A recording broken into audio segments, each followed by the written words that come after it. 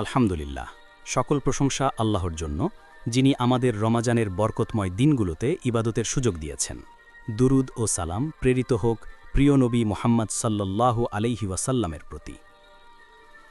রমজান শুধু ক্ষুধা ও পিপাসা সহ্য করার নাম নয়, রোজা আমাদের অন্তর, জিহ্বা ও আচরণকে পরিশুদ্ধ করার প্রশিক্ষণ। আজ ১৪তম রোজায় আমরা এমন ৩টি বিষয়ের কথা বলবো যা আমাদের নেক আমল নষ্ট করে দেয় নিঃশব্দে: গীবত, মিথ্যা ও সামাজিক গুনাহ। অনেক সময় আমরা নামাজ পড়ি, রোজা রাখি, দান করি, কিন্তু জিহ্বার গুনাহ আর সামাজিক অন্যায় আমাদের আমলের ভাণ্ডার খালি করে দেয়। তাই আজ কোরআন ও সহিহ হাদিসের আলোকে আমরা বিষয়গুলো গভীরভাবে বুঝতে চেষ্টা করব। প্রথম অংশ: গীবত, পেছনে কথা বলা। গীবত কি? গীবত মানে হলো কারো অনুপস্থিতিতে তার এমন কথা বলা যা সে শুনলে কষ্ট পাবে। সেটা সত্য হলেও গীবত, আর যদি মিথ্যা হয় তাহলে সেটা তো অপবাদ। প্রিয় নবী গীবতের সংজ্ঞা স্পষ্ট করেছেন, সহিহ মুসলিমে বর্ণিত হয়েছে। রাসূলুল্লাহ সাল্লাল্লাহু আলাইহি ওয়াসাল্লাম জিজ্ঞেস করলেন, তোমরা কি জানো গীবত কি? সাহাবীরা বললেন, আল্লাহ ও তার রাসূলই ভালো জানেন। তিনি বললেন, তোমার ভাই সম্পর্কে এমন কিছু বলা যা সে অপছন্দ করে। এক সাহাবী জিজ্ঞেস করলেন, আমি যা বলি তা যদি তার মধ্যে থাকে?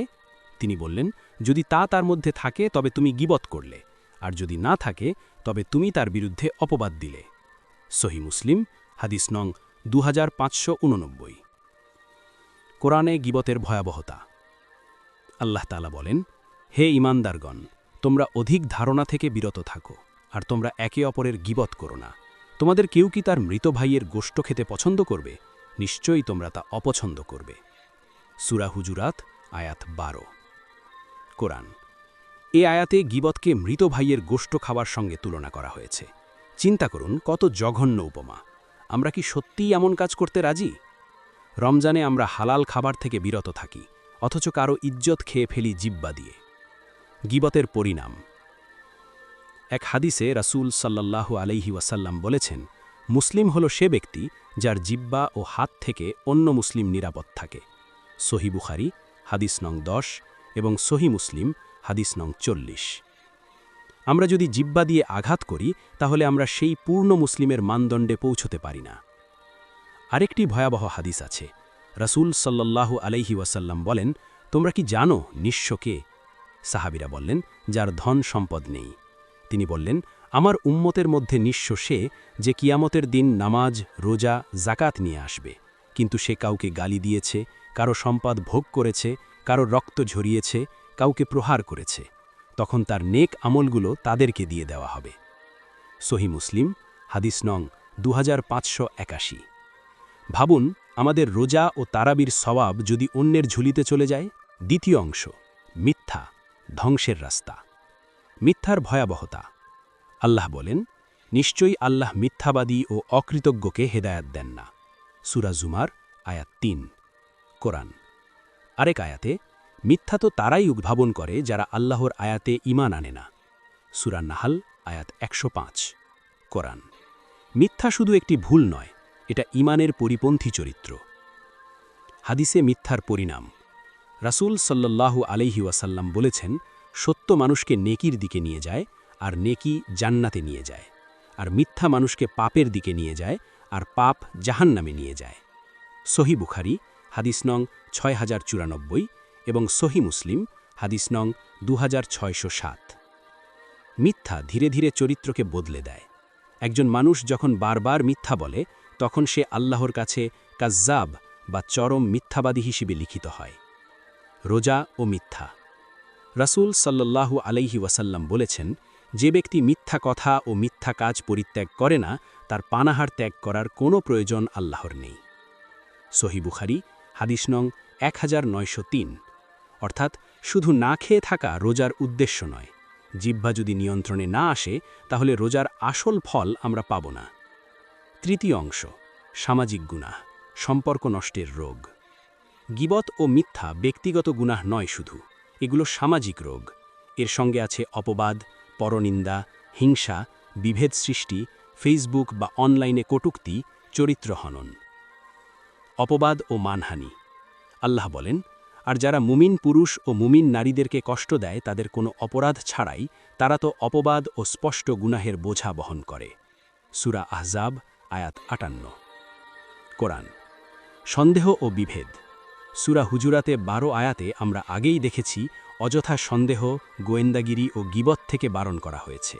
সমাজে ফাটল সৃষ্টি হয় এখান থেকেই। রসূল সাল্লাল্লাহু আলাইহি ওয়াসাল্লাম বলেছেন, তোমরা পরস্পর হিংসা করো না, পরস্পরকে ঘৃণা করো না, আল্লাহর বান্দা হিসেবে ভাই ভাই হয়ে থাকো। সহি মুসলিম হাদিস নং 2563। অনলাইনে গুনাহ। আজকের যুগে সোশ্যাল মিডিয়া গীবতের বড় ক্ষেত্র। কারো ছবি শেয়ার করে ঠাট্টা করা, স্ক্রিনশট দিয়ে মানহানি করা, যাচাই ছাড়া সংবাদ ছড়ানো। আল্লাহ বলেন, হে ঈমানদারগণ, যদি কোনো ফাসেক ব্যক্তি তোমাদের কাছে কোনো সংবাদ নিয়ে আসে তবে তা যাচাই করো। সূরা হুজুরাত আয়াত ৬। কোরআন একটি শেয়ার বাটন আমাদের আমলনামায় গুনাহ লিখে দিতে পারে। চতুর্থ অংশ, জিহ্বা নিয়ন্ত্রণের গুরুত্ব।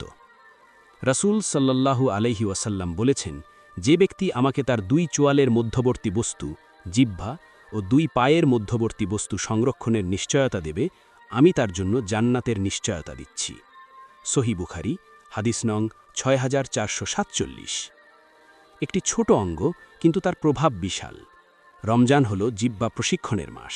আমরা যেমন চোখকে হারাম থেকে বাঁচাই, তেমনি জিহ্বাকেও গুনাহ থেকে বাঁচাতে হবে। পঞ্চম অংশ, গীবত ও মিথ্যা থেকে বাঁচার উপায়।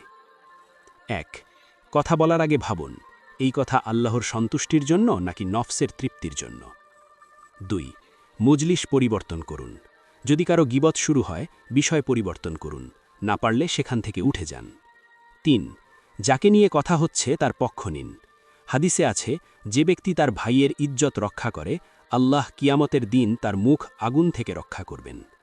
জামি আত-তিরমিজি হাদিস নং 1931। ৪. তওবা ও ক্ষমা প্রার্থনা করুন। গীবত করলে শুধু আল্লাহর কাছে তওবা নয়, যার গীবত করেছি তার কাছেও ক্ষমা চাইতে হবে যদি ফিতনা না হয়। ৫. নিজের দোষ নিয়ে ব্যস্ত থাকুন। হাসান আল বাসরি রাহিমাহুল্লাহ বলতেন, মুমিন নিজের দোষ নিয়ে ব্যস্ত থাকে, মুনাফেক অন্যের দোষ নিয়ে। প্রিয় ভাই ও বোনেরা, ১৪তম রোজা আমাদের মনে করিয়ে দিক, রোজা শুধু পেটের নয়, জিহ্বারও। গীবত, মিথ্যা ও সামাজিক গুনাহ আমাদের অজান্তেই নেক আমল নষ্ট করে দেয়। আজ আমরা নিয়ত করি, কারো অনুপস্থিতিতে তার দোষ বলবো না, যাচাই ছাড়া কিছু শেয়ার করব না, মিথ্যা থেকে সম্পূর্ণ বিরত থাকব, সমাজে শান্তি ও ভ্রাতৃত্ব গড়ে তুলব। আল্লাহ আমাদের জিহ্বা হেফাজত করার তৌফিক দিন। আমাদের রোজাকে কবুল করুন।